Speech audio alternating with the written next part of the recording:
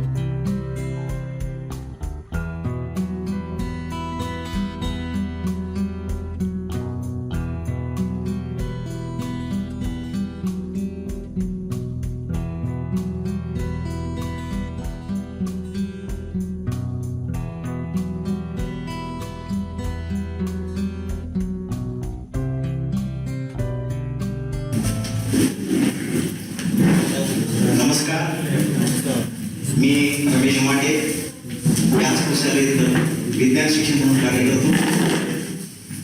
आणि 2 दिवसापूर्वी वाले मॅडमचा मला कॉल आला की शिक्षण परिषद होणार आहे आपल्या इथं आणि त्यांचा मला त्यांच्याकडे आहे सगळा संयोजन म्हणून आणि विज्ञानावरच काही प्रयोग दाखवायचे.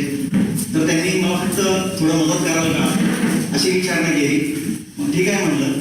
मग नंतर चांगलाच फोन आला, सर तुम्हीच केलं तर बरं होईल. मग ठीक आहे म्हटलं मी. आणि 1-2 दिवसातच जेवढं शक्य आहे तेवढं विज्ञान आणि गणित या विषयावर थोडं आपण हिंदू साधणार आहोत. मी काय फारसा मोठा वक्ता वगैरे नाही आहे. फक्त आपण शाळेत विद्यार्थ्यांसमोर शिकवत असताना नेमकं काय केलं पाहिजे. कारण की आणि मुळातच आजचा माझा जो विषय आहे तो विषय आहे विज्ञान आणि गणिताची गोडी कशी निर्माण करा. आणि विज्ञान गणित म्हटल्यानंतरच मी त्यांना हो म्हटलं, कारण की मला विषय तो फारच आवडतो आणि त्या निमित्तानेच आपण इथं थोडाफार दिवस सांगणार आहोत. मी तुम्हाला खात्री देतो नक्कीच मी बोर करणार नाही. आणि हे करत असताना मी एकटा इथे बोलणार नसून तुमच्या सहभागाची सुद्धा इथं अपेक्षा व्यक्त करतो. आपण काही छोटे छोटे ऍक्टिव्हिटीज इथे करणार आहोत जे आपण पहिली किंवा किड्स पासून ते 10वी पर्यंतच्या विद्यार्थ्यांसमवेत करू शकतो. आणि कारणही तसंच आहे, कारण की कुठल्याही देशाची पायाभरणी ही विज्ञान आणि गणित या मुख्य विषयावरच होत असते. त्या अनुषंगाने आपलं गणित आणि विज्ञान आपल्या विद्यार्थ्यांचं हे चांगलं आणि पक्कं असणं तितकंच गरजेचं आहे. त्यात विशेष करून त्यांच्या संकल्पना किती स्पष्ट आहे, त्यांना बोध होतोय का हे पाहणं सुद्धा तितकंच गरजेचं आहे. सध्याचे पालक विचार काय करतात, माझ्या मुलाला 90-95 मार्क पडले म्हणजे त्याला सर्व काही आलं असं अजिबात नाहीये. कारण की मी 13-14 वर्षापासून पाहतोय मुलांना 95-98 सुद्धा मार्क असतात, पण जेव्हा ते नीट जेई सारखे एक्झाम देतात म्हणजे कंडक्ट अपियर होतात त्यावेळी ते मागे पडतात. याच्या मागचं कारणच असं आहे, पाठांतरावर जे भर आपण घालतो ते चुकीचं आहे. आपण पाठांतरावर भर न घालता विद्यार्थ्यांकडून संकल्पना कशा समजावून घेता येतील किंवा कशा समजतील याचाच आपण विचार केला पाहिजे. आणि मुळात त्याचा पाया हा प्राथमिक शाळेपासून सुरू होत असतो. पहिल्या दुसऱ्या इयत्तेमध्ये सुद्धा संकल्पना स्पष्ट करणाऱ्या अशा कितीतरी गोष्टी आहेत, आपण ते थोडक्यात पाहणार आहोत. तर आपण इथे काही आपण गोष्टी पाहणार आहोत. त्यासाठी विज्ञान आणि गणितामध्ये काही ऍक्टिव्हिटीज आहेत साधारणपणे विज्ञानामध्ये एक 5-6 आहेत आणि गणितामध्ये 5-6 ऍक्टिव्हिटीज आहेत. त्यासाठी प्रत्येक वेळी मी कोणाला तरी विनंती करतो त्यांनी जर सहभागी झालं तर निश्चितच चांगलं होईल. म्हणजे ऍक्टिव्हिटीज म्हटल्यानंतर सहभाग हा महत्वाचा आहे. तर यामध्ये काही ऍक्टिव्हिटीज घेत असताना सुरुवातीला मी कार्बन डायऑक्साईडची निर्मिती, आता हा जो मी तुम्हाला सांगितलं आहे, आता ह्याच्या मागचं कारण काय असेल तर जेव्हा आपण जादूटोणा वगैरे करता तेव्हा असं पाहिलं की काही पिक्चरमध्ये बघतो कलर बदलतो वगैरे, म्हणजे काय ते होत असतं. काही नाही आहे, त्याच्यामध्ये केमिस्ट्री आहे, रसायन झालेलं आहे. याच्यात फिनोऑक्टॅलिन मी लिहिलेलं होतं, तो एक इंडिकेटर आहे, सिंथेटिक इंडिकेटर, आणि त्याच्यावर आता जो फवारणी केली ते सोडियम हायड्रॉक्साईड म्हणजे NaOH चं सोल्युशन होतं, ते त्याच्यावर फवारणी केल्यानंतर त्याचा रंग हा पिंक झालेला आहे. म्हणजे त्याच्यामध्ये काहीतरी तत्व आहे, वैज्ञानिक तत्व आहे, हे मला याच्या दृष्टीने सांगायचं होतं. इतकंच त्याच्यामध्ये आहे. म्हणजे जर आपण मुलांना विज्ञानामध्ये आणि गणितामध्ये जर इन्व्हॉल्व करून घ्यायचं असेल तर आपण एके दिवशी करून दाखवलं तर निश्चितच मुलामध्ये अरे बापरे काहीतरी वेगळं होतंय, आपण सुद्धा करायला हरकत नाही असं त्यांना वाटायला लागतं आणि नक्कीच ते स्वतःहून पुढे सहभागी होतात. आणि मुळातच कसं आहे, ग्रामीण भागामध्ये मोठमोठ्या लॅबोरेटरीजच असावं असं काही नाहीये. छोट्या छोट्या गोष्टी सुद्धा आपण विज्ञानाला शिकवू शकतो, हेच आपण इथं पाहणार आहे. तर काही छोट्या छोट्या गोष्टी मी सांगितलो. समजा आपल्याला प्रकाशाचा नियम सगळ्यांना माहिती आहे, तर आपल्या घरी असे छोटे छोटे पाईप तुम्हाला सहज मिळू शकतात. तर इथे कोणी इंटरेस्टेड असाल तर येऊ शकाल. तर पहिल्यांदा काय करायचं आहे, समजा हा पाईप आपण काय केला, असा पकडला आणि ह्याच्या छिद्रातून जर पाहिलं पुढील वस्तू दिसते का हे पाहायला सांगायचं मुलांना. नक्कीच त्याने दिसणार नाही, त्याच्या मागचं कारण विचारलं तर ते भरपूर कारणं सांगतात. तर इथं बेंड झालेला आहे म्हणजे त्यांना एक्झॅक्टली माहित नसतंय का दिसत नाही. मग त्यांनाच म्हणलं हे सरळ करा आणि एखादी वस्तू पहा असं जर म्हटलं तर त्यांना एक निश्चितच वस्तू समोर दिसणार आहे. तर यावरून आपण त्यांना काय सांगू शकतो, प्रकाश किरण हेच नेहमी काय होतात, सरळ रेषेत जातात. एवढी साधी संकल्पना याच्या साईडने दाखवू शकतो.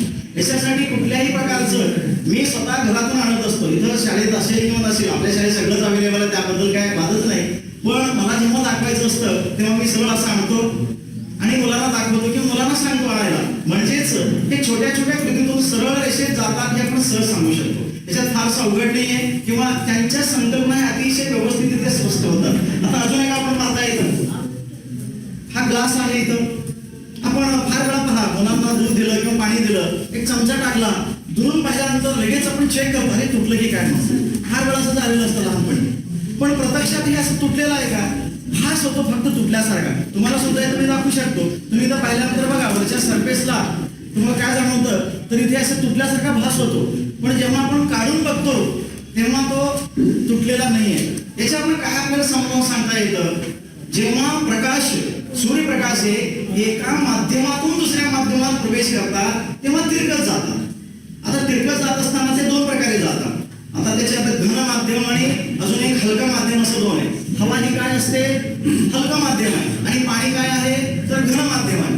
तर हलक्या माध्यमातून घन माध्यमात जर पाणी जात असेल तर ते बेंड होतं, नॉर्मलकडे बेंड होतं, म्हणजे तुम्हाला तिरकस दिसतो.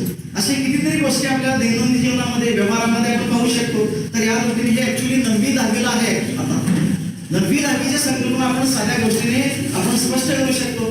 असे भरपूर विज्ञानावरचे आहेत, त्यानंतर गणितात सुद्धा पाहणार आहोत. आता अजून एक आपल्याला कार्बन डायऑक्साईड तयार कसा होतो हे आपण सहजपणे दाखवू शकतो. हे सगळं असं तयार केलं याच्यासाठी आपल्याला थोडं सोडियम कार्बोनेट किंवा सोडियम बायकार्बोनेट म्हणजे खाण्याचा सोडा किंवा धुण्याचा सोडा यापैकी कुठलाही तुम्ही घेतला तरी चालेल. तर त्यामध्ये HCl आपल्याकडे डायल्यूट घ्या किंवा तुम्ही काय करू शकता, कॉन्सन्ट्रेट घेऊ शकता. हे सगळं असं फनेलमध्ये तयार करून ठेवलं आणि कार्बन डायऑक्साईड नेमका तयार होतो कसा आपण फुग्याच्या सहाय्याने त्याला दाखवू शकतो. आपल्याकडे समजा काय फुगा आहे, हा फुगा काय करायचा त्याच्यावर असा लावायचा.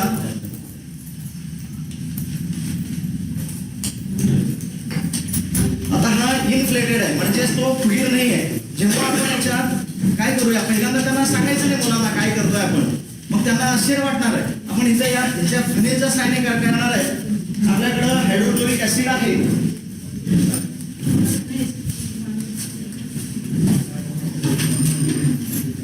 पहिल्यांदा त्याच्यात थोडं पाणी टाकूया.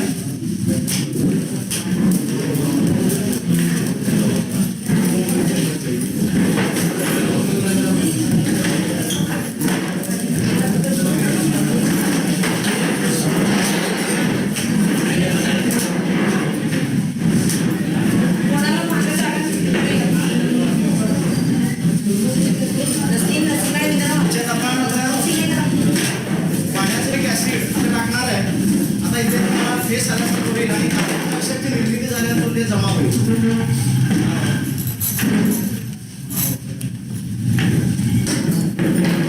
रीतीने आपल्याला साधं कार्बन डायऑक्साईड याच्यात जमा झालं असं त्यांना दाखवता येतं.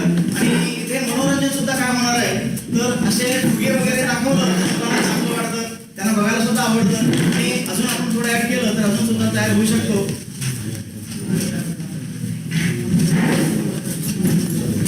तर इथे कार्बन डायऑक्साईडची निर्मिती झाली तर हे केमिकल रिॲक्शन आहे. मी फळा खराब होणार आहे त्यामुळे त्याला दाखवण्याचा प्रयत्न करत नाही. तर याच्यात मी काय घेतलेलं आहे, सोडियम कार्बोनेट Na2CO3 आणि त्याच्यामध्ये HCl टाकलेलं आहे आणि त्याच्यापासून सोडियम क्लोराईड, कार्बन डायऑक्साईड आणि वॉटर म्हणजे कार्बन डायऑक्साईडची निर्मिती याच्यात होताना आपण इथे पाहतोय. तर अशा रीतीने लहान लहान प्रयोगाच्या द्वारे आपण काय करू शकतो, कार्बन डायऑक्साईडची निर्मिती होऊ शकते हे आपण मुलांना दाखवू शकतो. तर त्यानंतर आपण काही गणितावरचे गणितीय जादू म्हणायला काही हरकत नाही. सुरुवातीला आपण म्हणणार आहे गणितीय जादू, पण त्याच्या मागे काहीतरी गणितीय संबंध आहेत आपण हे स्पष्ट करून दाखवतो. त्यासाठी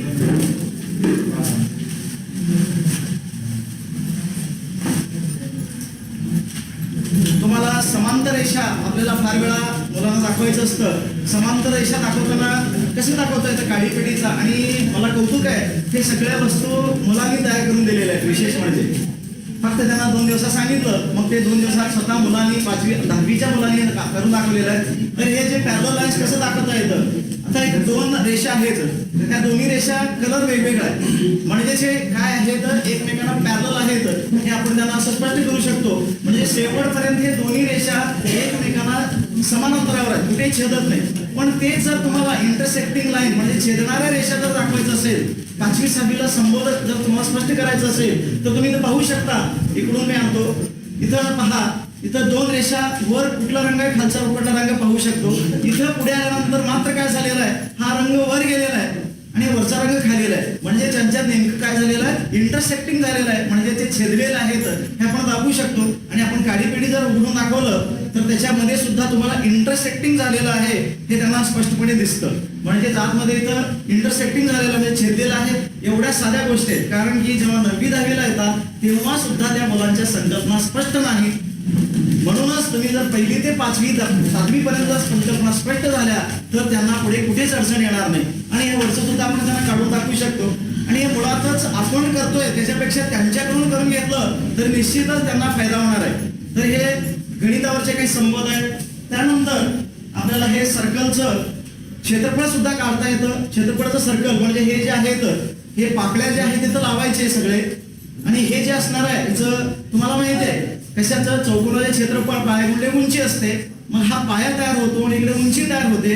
पाया गुणले उंची ठेवलं, पाय आर गुणले आर, तर पाय आर गुणले आर म्हणजे पाय आर वर्ग. अशा पद्धतीने आपल्याला त्याचे काय क्षेत्रफळ सुद्धा काढता येते. प्रत्यक्षात हे व्हेरीफाय सुद्धा करू शकतात. अशा असंख्य संबोधना आहे, संकल्पना अशा आहेत ते विद्यार्थी सहज करू शकतात. म्हणजे प्रत्येक वेळी आपण विद्यार्थ्यांना जर निर्माण करून घेतलं तर नक्कीच त्यांच्या संकल्पना स्पष्ट होतात. गणिताबद्दल त्यांची गोडी अवश्य काय होणार आहे, वाढणार आहे. तर ह्याच्यापेक्षा अजून काय इंटरेस्टिंग भाग तुम्हाला दाखवणार आहे. आता एक इंटरेस्टिंग आहे बघा तुम्हाला, आणि याच्यात कशाचा वापर झालेला आहे तुम्हाला सांगतो नंतर. इथे मी फक्त काही कारण तयार केलेले आहेत. 1 ते 16 कार्ड आहेत. नंबर म्हणजे तुम्हाला समजा 1ली विद्यार्थी आहे किंवा किडचा विद्यार्थी आहे तर त्याला 1-2 नंबर शिकायचे. पण काय होतं, त्यांना नंबर आपण शिकवलं आणि ते सगळे अस्तव्यस्त पडले, पण त्याला गोळा करताना 1 कुठे आहे 2 कुठे आहे ते कळणार नाही. म्हणजे तो नक्की सिक्वेन्शियल लावेल याची गॅरंटी नाही आहे. पण त्याच्यासाठी आपण काय करू शकतो, त्या मुलांना असे सगळे सिक्वेन्स मी काढलेले आहेत. तुम्ही वाटलं हे करून देऊ शकता मला. खालीवर करायचे त्याला पूर्णपणे. आणि इथं खालीवर केल्यानंतर असं वरच्या बाजूला इथे काही होल केलेले आहेत. ते होल कशासाठी केले, काय केले मी नंतर सांगेन तुम्हाला. त्याच्यामागे काय गणिती तत्व आहे. तर असा आपला काडीपेटीचा किंवा त्या पद्धतीचा होल जो असेल लहानसा एक काडी घ्यायचा आहे आणि एका बाजूला काय करायचं आहे, सिक्वेन्शियल नाही ते, पण वाटल्यास तुम्हाला चेक करायचं असेल तर पाहू शकता. हे खाली वर झालेले आहे, अजून आपण खाली वर करू शकतो. सिक्वेन्स असतील तर तुम्ही सुद्धा त्याला फिसून मला देऊ शकता असे खाली वर. तर आपण काय करायचं आहे, प्रत्येक त्या मुलाला देऊन टाकायचं. समजा त्यांना अस्तव्यस्त आहेत, लहान आहेत फार आहेत, हे काय 9वी 10वीचे नाही येतं, हे 1लीच्या विद्यार्थ्यासाठी किंवा त्याच्यापेक्षा लहान विद्यार्थ्यासाठी हे काडी घ्यायची आणि प्रत्येकामध्ये होलमध्ये घालायचं आणि फक्त काय करायचे, हे वर असे उचलायचे थोडे थोडे थोडे, जेवढे त्याच्यामध्ये येतात ते घ्यायचे आणि त्याच्या पाठीमागे लावायचे. असे 4 होल केलेले, एकाला साधारण 5 सेकंद लागला असेल. आता दुसऱ्या होलमध्ये ही काडी घालायची. परत मी काय करतो, दुसऱ्या होलमध्ये घालतोय, परत मागे घेतलं, तिसऱ्या होलमध्ये मी घालतोय परत,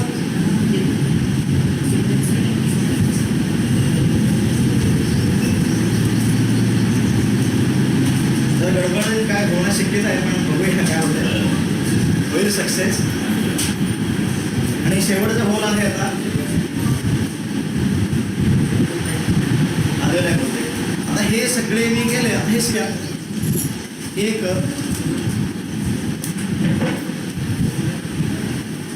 2 3 4 5 6 7 8 9 10 11 12 13 14 15 आणि 16. तर याच्या मागचं फक्त तत्व काय, आपल्याकडे कॉम्प्युटर्स आहेत. कॉम्प्युटर्समध्ये जी बायनरी तत्व आहे, बायनरी म्हणजे कॉम्प्युटर हे फक्त 0 आणि 1 याच संख्येवर चालतं. 0 आणि 1, त्याच्यात डेसिमल नाही आहे, 2 नाही आहे, 3 नाही आहे, 0 आणि 1 वरच चालतं. तर ते तत्व ह्याच्यात वापरलेलं आहे. म्हणजेच तुम्ही बायनरी ज्याला थोडंफार नॉलेज असेल, तुम्हाला 16 अंकाचं करू शकता, 32चं करू शकता, 128चं करू शकता. जसे विद्यार्थ्यांचं वय वाढत जात असं तेवढी गरज नाही. मला आपल्या कुणासाठी गरजेचं आहे, किड्ससाठी 1ली 2रीपर्यंत ठीक आहे. जे स्लो लर्नर आहेत, त्यांना खरं लक्षात येत नाही, असं याच्या सहभागातून त्यांना शिकवलं तर नक्कीच त्यांना काय वाटेल, अरे काहीतरी नवीन आहे. आपण वृक्ष फक्त फळावर शिकवत गेलं तर ते लक्ष देतील अशी नाही आहे. मीच समजा फक्त मौखिक बोललो असतो तर कदाचित 50% लक्ष दिले असते, 50% दिले सुद्धा नसते. हे सर्वसामान्य आपण बघतो. पण हेच मी आता ऍक्टिव्हिटी बेस्ड दाखवल्यानंतर जवळपास 101% म्हणजे सगळेच लक्ष देतात असं माझ्या लक्षात आलं. म्हणजे असंच आपण अवधान मुलांचं सुद्धा खेचून घेऊ शकतो, एवढंच मला सांगायचं आहे.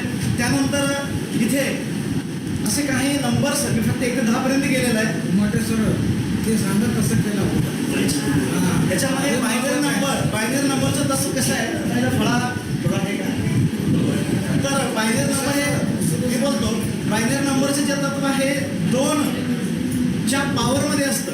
2चा घात 0, 2चा घात 1, 2चा घात 2 या पद्धतीनं जर गेलो, 2चा घात 0 1 येत असतं, 2चा पहिला घात 2च असतो, 2चा तिसरा घात, 2चा दुसरा घात 4 येतो, 2चा तिसरा घात 8, 2चा चौथा घात 16 अशा पद्धतीने येत असतात. त्याप्रमाणे जर आपण लिहित गेलो, त्यानंतर अजून एक आहे. आता हे मी काही कार्ड्स सिक्वेन्शियली म्हणजे असं लावलेलं आहे. तर आता मुलांना ABCD वगैरे काहीतरी सांगायचं आहे तर त्यांना कसं करता येईल बघा. तर हे नंबर आहे. आता ह्याच्यात तुम्हाला ABCD पण घेता येतं. ONE असं म्हणलं बघा, O हे कार्ड खाली घेतला तर खाली असं घ्यायचं आहे. आता हे 10 कार्ड आहेत. बघूया आता ONE असं त्यांना म्हणायचं आहे. ONE ONE 1 म्हणजे काय झाला, 1 नंबर आला, संपलं. 2 म्हणायचं आहे. आता 2 त्यांना म्हणजे शिकून घ्यायचं आहे. TWO काय होणार आहे, 2. THRE आणि E 3 झाला म्हणजे 3 आला. FOUR 4 FIVE 5 अशा रीतीनं हे 100% चुकत नाही येतं, पण त्याला सिक्वेन्शियली तुम्हाला लावता येतं. हे फक्त आकड्याचंच करा असं म्हणायचं नाही. समजा तुम्हाला 12 महिने आहेत, बरोबर, जानेवारी फेब्रुवारी हे सुद्धा म्हणता येतं, काही विषय नाही तिथं. जानेवारी म्हटल्यानंतर काय म्हणणार आहे आपण, हे पहिल्यांदा सुरुवातीला असे कार्ड सिक्वेन्शियली काय करायचं असतं. आता ONE म्हटलं तर मी 3 कार्ड सोडून इथं काय लावतो, 1 लावतो. तुम्ही म्हणणार सर 10च कार्ड आहेत, संपणार की. संपल्यानंतर सुद्धा जो आपण वापरलेला इथं 1 नंबर समजा तो सोडून द्यायचा. पुढच्या वेळी म्हणजे आता ONE इथं झालं, एक कार्ड इथं येणार आहे. TWO इथं 2 येणार आहे. THR इथं संपल्यानंतर सुद्धा EE इथं येतो डेफिनेटली परत. इथं इथं काय येणार आहे, परत 3 आहे. म्हणजे तुम्हाला ॲडजस्टमेंट करून थोडं, आणि एकदा ॲडजस्टमेंट केला ते आपल्या पेजवर लिहून टाकायचं कसे येतात ते सिक्वेन्शियल. मग त्याप्रमाणे करत गेला तर 1 to 10चे फार वेळ लागणार म्हणून 10 पर्यंत गेलं, तुम्ही 20 पर्यंत करू शकता, 30 करू शकता, पाहिजे तेवढे. म्हणजे तुम्ही प्रत्यक्षात सहभागी होतात ते विद्यार्थी. त्यांच्याकडून असं जर तुम्ही फक्त पाठ करा म्हटलं, जर म्हणलं तो म्हणेल किंवा नाही शाश्वतीने, पण अशा साधनांचा वापर जर त्यांनी केला तर नक्कीच त्याला काय होणार आहे, निश्चितच करणार आहे आणि त्याचा फायदा सुद्धा त्याला होणार आहे. तर असे विविध आहेत. त्यानंतर अजून एक तुम्हाला आठवण होतो एक, आता याला आपण जादुई गणित म्हणूया. काही वेळा मुलांना बोर होतो, कंटाळा येतो, त्यावेळी आपल्याला 1 ते 13 अंक मी ते घेतलेला आहे.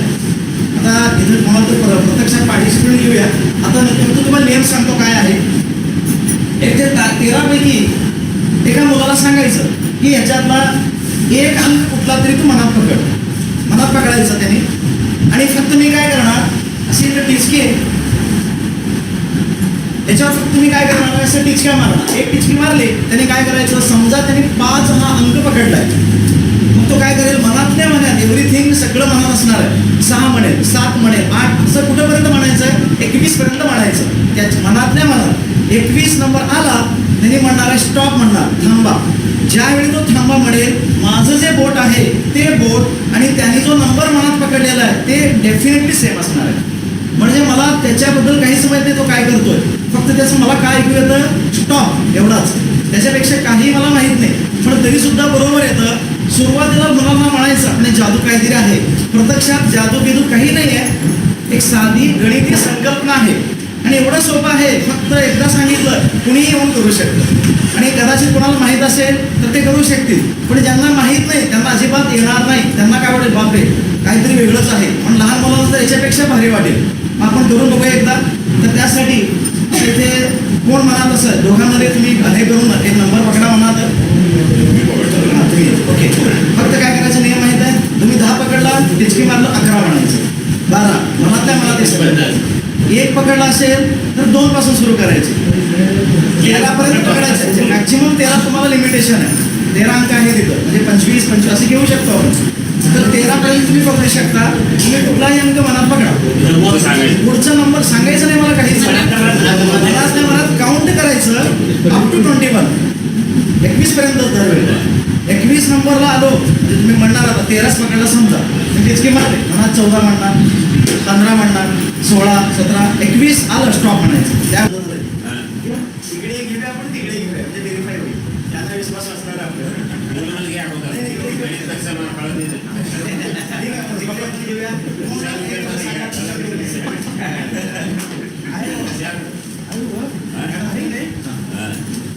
लक्षात नाही आता, लक्षात आलं ना, स्टार्ट करून आता.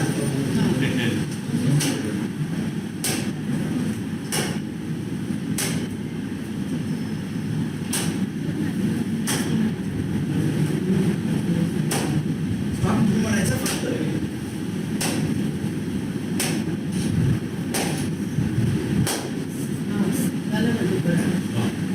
8 नंबर बरोबर आहे. म्हणजे कर्जसाठी वाटस पुन्हा तर कामाला सांगा हे नंबर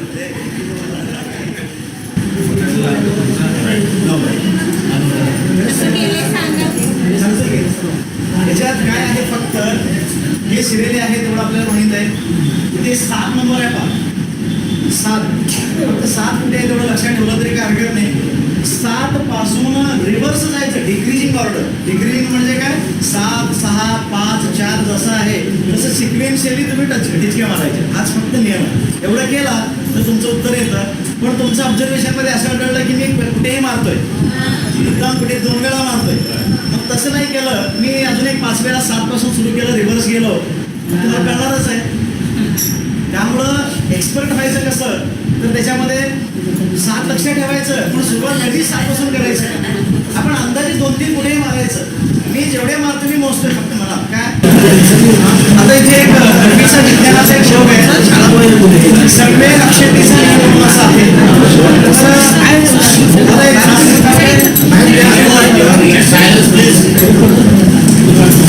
तर आता आपण एक 2 विज्ञानाचे बघूया.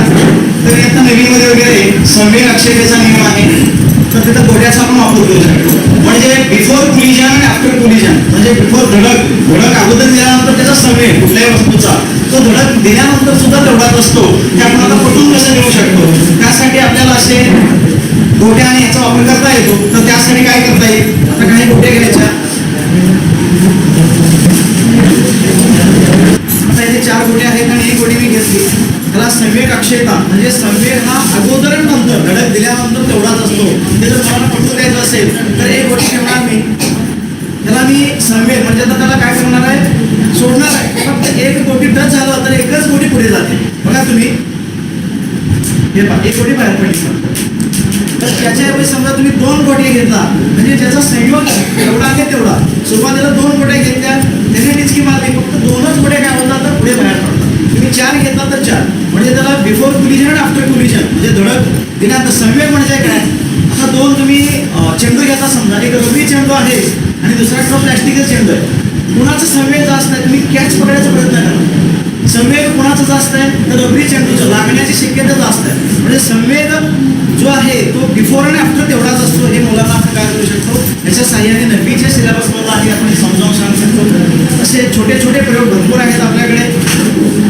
तर याच्यात अजून एक आपण शेवटचं घेऊया आणि आपण इथं बहुतेक अजून भरपूर आहे कार्यक्रम. हा एक नवीन आहे, हा सुद्धा कार रोडचाच आहे. मुलाला कंटाळा आला तर आपल्याला नंबर कसं मोजायचे सांगता येतं. तर काही कार्ड्स आहेत माझ्याकडे. त्याचा एक नियम सांगतो काय करायचं आहे कार्ड्समध्ये. तुम्ही तुमच्याकडे कार्ड्स घ्यायचे सगळे, त्यातलं तुम्हाला सगळेच मोजायचे तर सगळे मोजा, नाही तर त्याच्यात काही काढून घ्या, कसं साईडला काढून घ्या मैत्रिणीकडे तुम्ही सेपरेट आणि हे मोजा. तुम्ही वैयक्तिक मोजा. समजा हे 27 आहेत असं पण मानलं किंवा 23 आहे, 23 आहे, तर त्याच्यातून तुम्ही काय करणार आहे? इथं माझा काही संबंध असणार नाही. तुम्ही फक्त काय करायचं? शेवटी मला एवढेच कार्ड आणून द्यायचे. तर काय करायचं? समजा 23 कार्ड्स आहेत, 2 आणि 3 एक स्थानचा आणि दशक स्थानचा अंक 2 आणि 3 ची बेरीज किती होते? 5. तुम्ही परस्पर 5 कार्ड मोजून बाजूला काढायचे, राहिलेले मला कार्ड आणून द्यायचे. मी असं पकडतो, साधारण 3-4 सेकंद जाते. मी न मोजता हे किती कार्ड आहे तुम्हाला सांगतो. नाही माहीत असेल तर टेक्निक हे एवढं हे नाही आहे, पण साधं सोपंच आहे. पण मी काय कार्ड माझ्याकडे काहीच नाही, तर सगळं तुमच्याकडेच असणार आहे. तुम्ही फक्त डायरेक्ट कार्ड बनवून देणार आहे आणि तुम्ही सुद्धा स्वतः तिकडे सगळं करायचं. असं माझ्यासमोर काही करायचं नाही. तर आपण बघूया कोणाला जमतंय काय. काही साधं आहे त्याच्यात. तुम्ही स्वतः काय करायचं आहे? कार्ड सगळे मोजा म्हणल्यावर परत मला माहीत असं शंका आहे. तुम्ही अंदाजे किती काढून बाजूला ठेवा. हे राहिलेले मोजा वाटल्यास हे मोजा. आता हे मोजून एकक स्थान आणि दशक स्थान यांची बेरीज. समजा तुमच्याकडे 18 कार्ड आहे तर तुम्ही किती बेरीज होणार त्याची? 1 अधिक 8 9 वजा होणार. मग 9 काढून टाका, मला एवढे चढवून द्या. फक्त एवढं दिलं 1-2 सेकंदात मी किती सांगतो. आणि हे सुद्धा अतिशय सोपी टेक्निक आहे. तुम्हाला नंतर हसू येईल असं असतं का म्हणून. आणि नसेल तर काय हरकत नाही.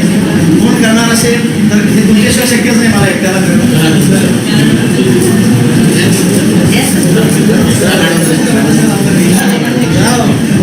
तुम्ही सगळे मोजून करू शकता किंवा बाजूला काढून करू शकता. फक्त मला एवढे आणून द्यायचे कार्ड सगळे आणा, फक्त मला द्या मोजण्यासाठी.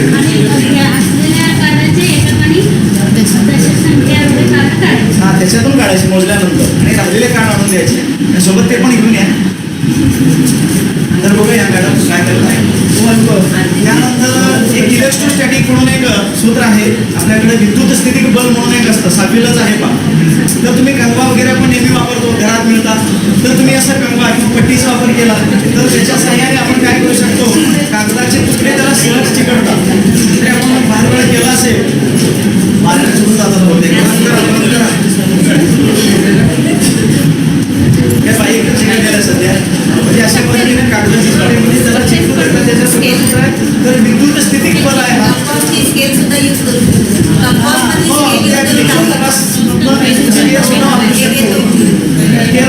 जसे आपल्याला 7वीलाच आहे बघा, मॅग्नेटिक फोर्स आहे, इलेक्ट्रोस्टॅटिक फोर्स आहे, मस्क्युलर फोर्स आहे, त्यापैकी हा एक इलेक्ट्रोस्टॅटिक फोर्स आहे.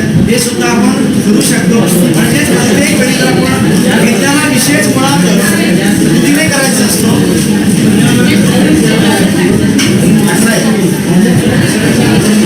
बघूया आता 1, 2, 3, 4, 5, 6, 7, 8, 9, 10, 11, 12, 13, 14, 16, 17, 18 एक जास्त आलंय काय ते चुकलेलं आहे 22 टोटल एक बघा 23 झाले एक वाढलेलं आहे म्हणजे 11 होते हे फरक पडलेला आहे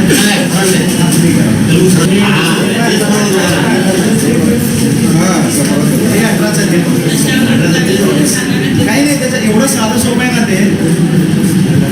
ते जे कार्ड असतात तुम्ही कार्डमध्ये कितीही काढू दे त्यांचं एक मल्टिपल आहे फक्त 9चा पाढा 9, 18, 9 27, 9 36, 9 45 तर 50 कार्ड असतील तर यामध्येच येतात दरवेळी तुम्ही कुठलंही एक्झाम्पल करू नका समजा तुम्ही 25 कार्ड घेतलेले सुरुवातीला 25 मधून 2 अधिक 5 किती कार्ड बदल होणार 7 18 जाणार 26 घ्या वाटलं 26 येतात 23 पैकी 5 होता गेला तर 2 अधिक 3 म्हणजे 18 18च आहेत ते परत तर दरवेळी तुमचे जे कार्ड आहेत 9 तरी असतील 18 असतील 27 असतील 36 किंवा 45 असतील यापेक्षा असणार नाही फक्त कॉमन सेन्स आपलं पाहिजे फार छोटं दिसलं तर 9 आहे जरा जड वाटायला लागलं तर 18 आहे 18 आणि 27 मध्ये थोडं जंबड होतं का जंबड होतो संख्या थोडंफार जवळपास असल्यामुळं लक्षात येते लवकर मग तिला थोडं प्रॅक्टिसची गरज एवढं 27 असतील फारच जास्त दिसले जसं आहे तसं वाटलं त्याने काहीच केलं नाही थोडं केलं म्हणजे 45 शिल्लक आहे डेफिनेटली ह्याच रेंजमध्ये असतं अशा रीतीने आपण मुलाकडून करून घेऊन इंटरेस्ट आपण वाढवू शकतो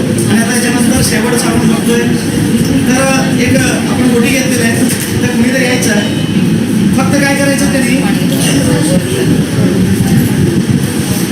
इथं समोर उभा राहायचं आहे आणि हळूहळू मागे जायचं असं जायचं आहे की एक क्षण असा आहे तर तुम्हाला तो गोटी दिसणार नाही आता असं पाहिलं तर दिसेल या घेताना उभा राहायचं आहे जसं इकडे गेलो वाटलं कोण दृश्यामध्ये येत असते तर बांधलं उभ्या सर या तुम्हीच सर आलेले थोडं मागे मागे असं जा तुम्ही एक क्षण असा आहे की तुम्हाला दिसणार नाही असं केलं तर दिसेल असं या क्षेत्रामध्ये उभा आहे मागे हळूहळू जा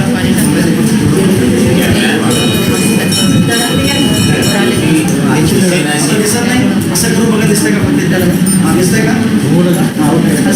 नाही तर थोडं अजून असं थोडं या थोडं आता दिसतंय का अजून थोडं जा थोडं आता अजून मग नको असे पण दिसत बघूया आता मी पाणी याच्यात टाकणार आहे आता प्रत्यक्ष दिसत नाही आता पाणी टाकल्यानंतर ते दिसणार आहे की ते चेक करूया आपण थोडं दिसणार आहे एकदम सगळं दिसणार नाही पण दिसेल बहुतेक पाण्यामध्ये प्रकाश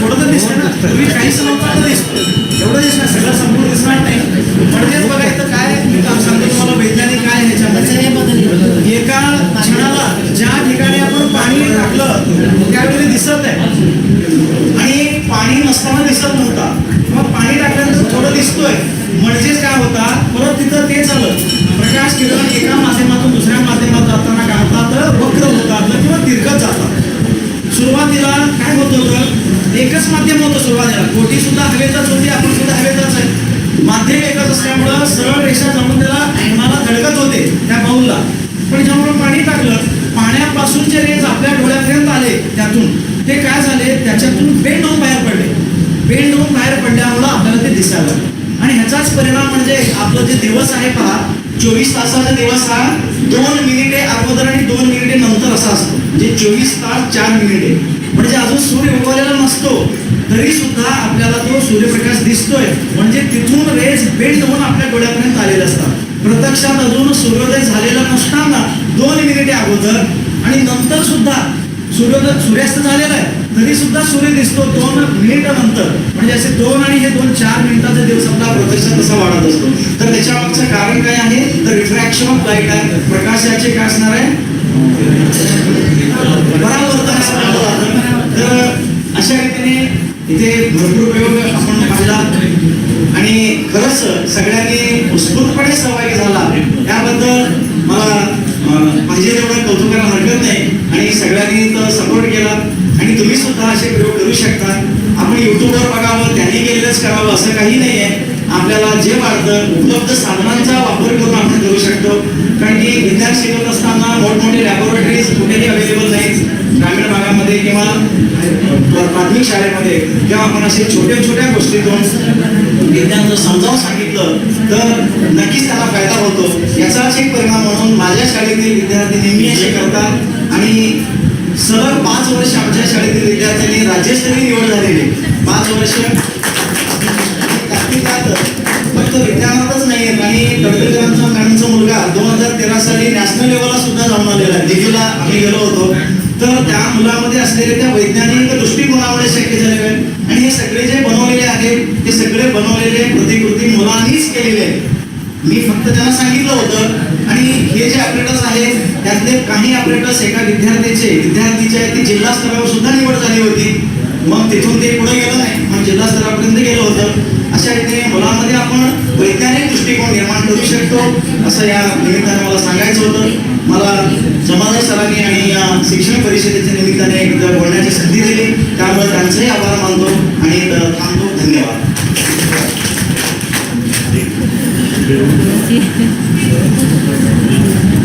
धन्यवाद मोठे सर. धन्यवाद सर. अक्कलकोट शहरातील माध्यमिक शाळेमध्ये विज्ञान शिकवणाऱ्या शिक्षकांची जेव्हा आपण यादी करतो तेव्हा त्या यादीमध्ये अग्रभागी आणि प्रथम क्रमांकावर ज्यांचं नाव आहे असे आमचे उमाडे सर आहे. अतिशय सोप्या भाषेमध्ये आपल्या प्राथमिक शाळेमध्ये आपण गणित आणि विज्ञानाची मैत्रीपूर्ण संबंध विद्यार्थ्यांशी कसे स्थापन करावे आणि विद्यार्थ्यांमध्ये आवड कशी निर्माण करावी हे छोट्या प्रयोगातून सरांनी आपल्यासमोर मांडलेलं आहे. आणि या शिक्षण परिषदेचा उद्देशच हा आहे की आपण या ठिकाणी हे सगळं ज्ञान घेतल्यानंतर आपल्या दैनंदिन अध्यापनामध्ये आपण या छोट्या प्रयोगांचा वापर करावा आणि विद्यार्थ्याची गुणवत्ता वाढवावी अशी अपेक्षा आहे. पुन्हा एकदा सरांचं मी मनपूर्वक या ठिकाणी आभार मानतो. त्यांनी आपल्याला वेळ दिलेला आहे.